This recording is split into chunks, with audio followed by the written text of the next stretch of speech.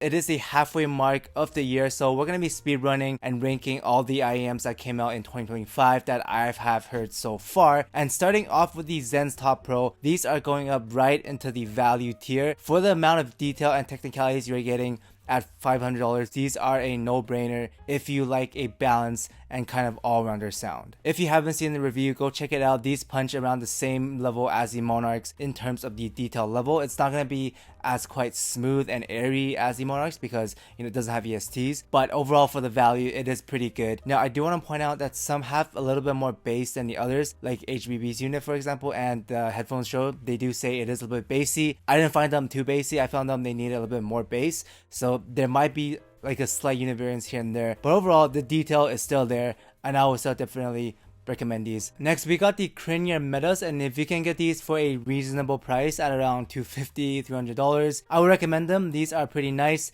they're balanced, but they have a slight sparkliness in the treble and one of the better Crin collabs. They were a limited run, so if you are a collector these would be right up your alley, and overall they're just like less safe, a little bit more dynamic than the other Crin collabs, and I do enjoy them. I do recommend them. Then like the metas, the Astrals follow a very similar sound, but it just has a little bit more bass, more forward, and more clarity in the vocals. Overall, it's more engaging, even more dynamic than the metas. And if you're looking for like an all-rounder under $300, these would be my recommendation, my benchmark at $300. They are very detailed and just like very fun to listen to, very vibrant is how I describe them, and I do recommend these. Next we got the SOFTEARS Volume S, another great set, very good when it comes to the vocals, especially male vocals. They're extended, they're powerful, they're a little bit forward, but you also get the body, the fullness. These scale great as well, very immersive with the stock switches, and you also have the ability to have like a cleaner, more technical sound with the other switch as well. So yeah, I would recommend these. Then moving on, we got the LETSHUOER DX1, another great vocal performer. These are more like a higher volume set. They scale very well, very dynamic, very contrasty in the vocals, but well balanced as well. You get enough low end, not too shouty, not too like treble heavy, not too fatiguing either. One of my favorite vocals under $200, and I would definitely recommend these, or even put them in the value tier when it goes on sale. And similarly, the HIDIZS MK12 is another great vocal performer, one of my favorite under $200, along with the DX1. DX1 is a little bit more dynamic, more contrasty. The MK12 is warmer, but it also scales better. With the red nozzles, the MK12 scales even better than the DX1, the Volume S, even like the Odyssey. I'll say these are like the similar scaling level as the Explorer, which is pretty nuts. At its retail price around $200, I would give these a recommendation, especially with the red nozzles. Very immersive, very big sounding, but also intimate at the same time. And you also have the other tuning options with other nozzles as well. And if you got them at the Kickstarter price of around $100, then obviously that's a no-brainer. Very great value at that price of $100. Next we got the ZIIGAAT ARCANIS, and this is my favorite vocals under $500 and one of my favorite under $1,000. If you're asking me alone, I would put this in the value tier because the vocals are just like so unique. It's got that goosebump, it's immersive, but it's also extended and powerful, but also like natural and just like very unique in the vocals. But for most people, I'm gonna say these are in the rec tier. Now as for its younger brother, the LUSH, this is basically a cleaner, more technical version of the full Explorer. Also scales incredibly well, very immersive. I recommend you guys to listen to this at a higher volume. Like yes, you can listen at mid volume, but it's gonna feel a bit too relaxed, a little bit anemic and too safe at mid volume. I really think the magic starts happening once you give it more juice. But overall, this is pretty decent. Like there's nothing wrong with it, pretty balanced, and I would definitely recommend it if you like that kind of sound. Next we got the FLIPEARS Legion and AEGIS. Starting with the Legion, this is a slight V-shaped sound with a low end emphasis. The bass texture is very good, the slam, the impact, the authority is all there. It has like a thunderous low end, very fun, very engaging. I would say it's very good for hip hop, R&B, EDM, rap, stuff like that. Now in terms of value, it's not the best because it's like $800, but the faceplate is very nice. I really dig the medieval vibe that they're going for. Build quality is solid. Detail and imaging was also pretty good. I wouldn't say it's one of the best at its price, but it's pretty competitive. Like for example, at around $500, the Top Pro, the Oracle Mark IIIs, the Volare, the TANGZU Cheonge. Those are all going to be a little bit more detailed, a little bit better in the separation. So when it comes to performance to value, it's not the best. I would give this a maybe bottom of a rec to top of maybe, depending on your library. However, I can't really say the same thing for the Aegis. It's a little bit shouty, a little bit fatiguing. It's not as well balanced as the Legion. The base isn't quite as, textured, engaging as the Legion. Overall, I found it more like clinical and just a little bit too bright for me personally. And at $500, I definitely think you can get better stuff at that price for the sound that it's going for. So I'm gonna give it a pass for the Aegis and then maybe to rec for the Legion. Next, we got the FATFREQ Effect Audio Collab, the Quantum, and these are a little bit of a mixed bag because in terms of the sound, it is bright leaning. You get a lot of detail, very airy, very sizzly. You get a lot of like extension in the cymbals. It is a very technical set, but you just can't crank these up too much, and the timbre feels a little bit too bright leading sometimes, doesn't feel as natural. This is a mid to lower volume set. They just don't scale too well with the amount of treble boost. Now with the 300 mesh filter mod, these do sound a lot better on the blue filters. They sound more balanced, they sound more full, it doesn't sound as energetic. You can crank them up more. It becomes more immersive, but you still get that airiness and sparkliness in the treble without kind of killing your ears. With the mod, I would say these are pretty nice, but they are a bit expensive at like almost $800. So because of that, I'm gonna say this is a maybe. If you're a treble head, you might like this, but it is almost $800. So it's really hard to recommend. Next, we got the SIMGOT ET142 with the new retune nozzles. You get a lot of variety with these. You go from like a brighter kind of sound to a more balanced all-rounder to a warmer sound. In terms of detail and performance and the packaging overall, these are pretty competitive and they come in at a very reasonable and competitive price as well. They do everything pretty well and you get good variety on top. So because of that, I'm gonna give these a rec. But what I can't recommend is the TANGZU WULTIMA Legend because these are somehow even sharper sounding than the Quantum. Like the Quantum does have a lot of treble. Like with the Quantum, at least it sounds smooth. Even though it is bright, at least it's smooth. The WULTIMA Legend, it just sounds sharp. And because the issue is mainly in the treble, you can't even really mod these because the mid filters helps with the upper mids and not the treble. It's still like sharp. So because of that, I'm gonna say this is a pass and probably most likely goes to the Shadow Realm. Then after that, we got some KIWIEARS stuff like the AETHER, the ARIOSO, the ETUDE, the SEPTET, and these are all going to the rec tier. Value wise, these are all very good. For example, the AETHER is basically a cheaper 5+2 that's still neutral and balanced, but just less like sizzly in the treble. And if you want something more detailed than the EW300, you want that warmer kind of musical sound, slightly dynamic, that would be the ARIOSO. And if you want like a subwoofery, bouncy, echoey, unique low-end kind of sound, that would be the ETUDE. And finally, if you want something like brighter leaning, more like sparkly, more airy, but very technical, that would be the SEPTET. Next, we got the EPZ P50. These are also going to the rec tier. Very solid if you want a neutral, balanced, monitor-like kind of sound. Very well implemented when it comes to the microplanar. It doesn't have that silliness. These would be the new all-rounder vocal benchmark under $200 or around $200. Then after that, we got the Moondrop meters, which is basically a more overpriced version of the P50s. They sound very similar. Arguably, the P50 sounds even better, like tonality wise. You can make an argument that the treble is smoother on the meters, sure, but at $500, I'm expecting ESTs. I'm expecting more detail and technicalities for that price, and it's just not doing it at the price range. I would put this into the Shadow Realm. Unless you can get these on sale for like $200, $250, I would say pass. Next, we got the Moondrop HARMON, and this is going right into the Shadow Realm as well. I honestly don't know what they're trying to do with this. This is HARMON 2019 in 2025 at $300. Sound-wise, if you want HARMON, get the Super Mix 4, get the Nova, get the Chopin. Like, tech-wise, the Super Mix 4 and the Chopin is arguably better than this as well. So, I don't know what they're trying to do. And then, if you're talking about packaging, the Condense has better packaging than this. And aesthetic-wise, it looks like a knockoff Temu Cybertruck. And the plating, I don't know if it's metal, resin, plastic. Overall, it just looks very cheap. And it just sounds very outdated, very boring. They're trying to, hype it up with the 3DD, new crossover. Like, it's just marketing. It doesn't do much of a difference. I would avoid these unless you can get it for like $150. But I would kind of recommend the ARIA 2 Reds if you can find these on sale for around like $70. It's pretty good in terms of tuning. It's one of the better tune Moondrop single DDs. It's just that price wise at $100. In terms of performance, it's not gonna beat the Defiant, it's not gonna beat the EW300, so it is a little bit more expensive, but it's not quite as overpriced as the Harmon or like the METEOR and stuff like that. So in terms of overall value, I would say this is a maybe, but unfortunately I can't say the same thing for the Moondrop Raise. This is basically just a May, but less bass, less treble, more neutral, more boring. Like, I honestly don't understand why there's a like a $40 upcharge, because it uses the same driver as the May. All they did was just like recolor it. I don't know what's going on with the pricing. Like EQ wise, like I guess you can mess around with the EQ settings, but I'm judging it based off the stock tuning.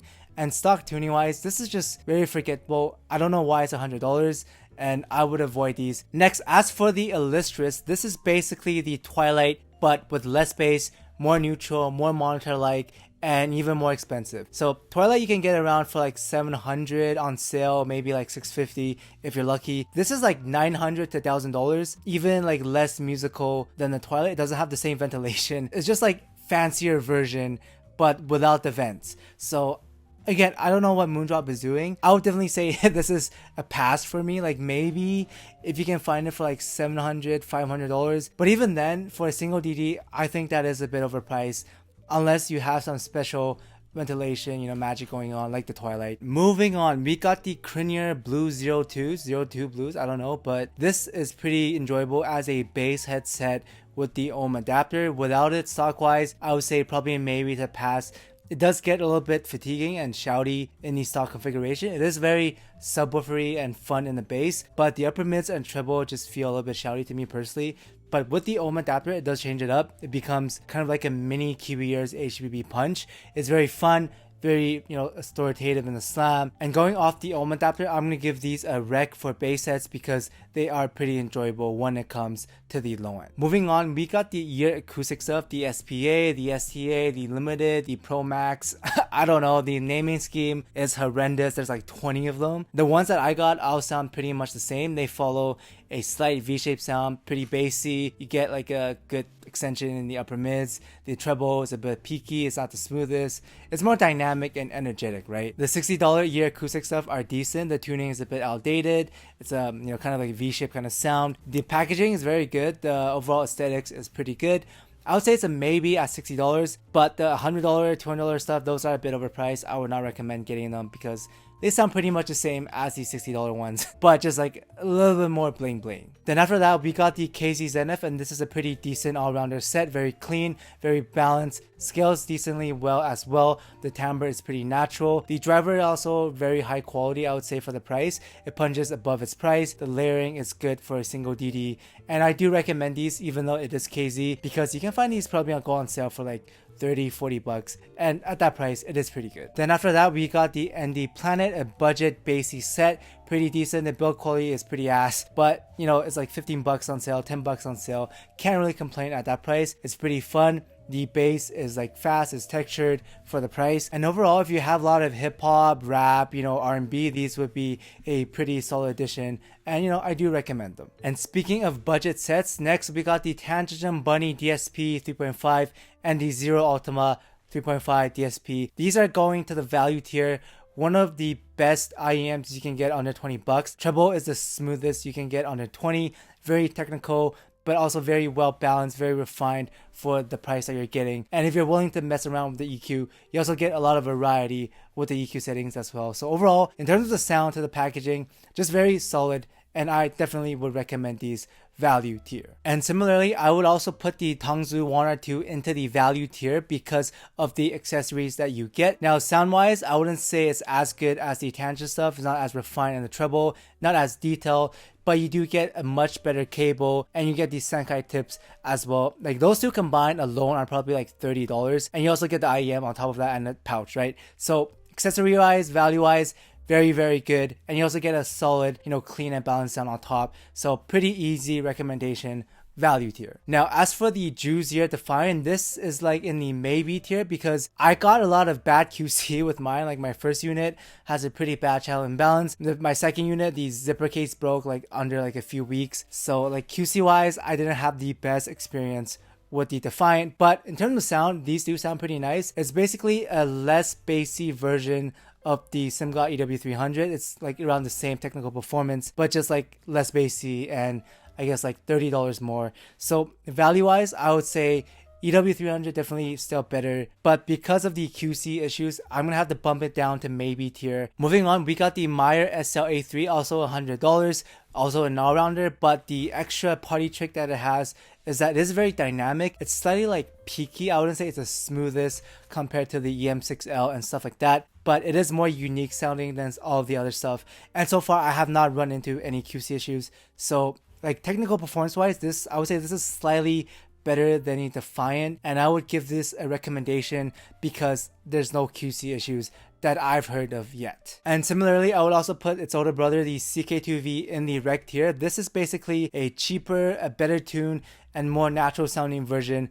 of the Brain Damage at half the price. It's less boosted, it's less sizzly, less bright, less artificial, less thin sounding. It's just a better value and better tune IEM than the Brain Damage. Like if you're looking for something more neutral and bright leading, this would be the better pick over the Brain Damage in my opinion. Then after that, we got the C Audio Yume 4, and this is going right into the Shadow Realm. Very bad in terms of value. Like this is a 2BA for $200. It's not that technical. The tuning is, I guess, okay. It's basically a more neutral version of the Explorer, but the Explorer is like $100, $90 on sale, like half the price. Got the Chinos, which is also a neutral balanced sound that scales pretty decent, at like $70 on sale. And then of course you got the Explorer if you want something that scales and that's very immersive, at like $90. So retail wise, I would definitely pass on these, but if you can get these on sale for $100, go for it. Why not? Moving on, we got the Symphonium Giant, and this is a very warm and bassy kind of sound. If you like